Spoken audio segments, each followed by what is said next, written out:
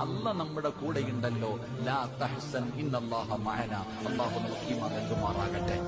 അതുകൊണ്ട് സഹോദര, മുസ്ലിമാണോ, ഈമാനുണ്ടോ, അല്ലാഹയെ വിശ്വാസമുണ്ടോ, അല്ല മതി നിനക്ക്. അല്ല നിന്റെ കൂടെയുണ്ട്. ആരൊക്കെ എന്തൊക്കെ ചെയ്താലും അല്ല നമ്മുടെ കൂടെയുണ്ടെങ്കിൽ നിനക്ക് ഇത്ര പേടി എന്താ മനുഷ്യൻ? ഞാൻ അതാ ചിന്തിക്കണേ. നമ്മൾ എന്തിനാ ഇങ്ങനെ പേടിക്കണേ? ജനിച്ചപ്പോ തന്നെ മയ്യത്ത് നിസ്കാരത്തിന് ബാങ്ക് വിളിക്കുവോ? മയ്യത്ത് നിസ്കാരത്തിന് ബാങ്ക് ഇഖാമത്തും വിളിക്കാറുണ്ടോ? ഇല്ല. നീ ജനിച്ചപ്പോ തന്നെ അത് വിളിച്ചു വെച്ചിരിക്കുകയാണ്. പള്ളിയിൽ പോയി നിസ്കരിക്കുമ്പോ 5 നേരം ബാങ്കും കൊടുക്കും, ഇഖാമത്തും കൊടുക്കും.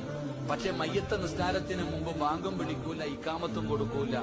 അതുള്ളത് നീ ജനിച്ചപ്പോ തന്നെ.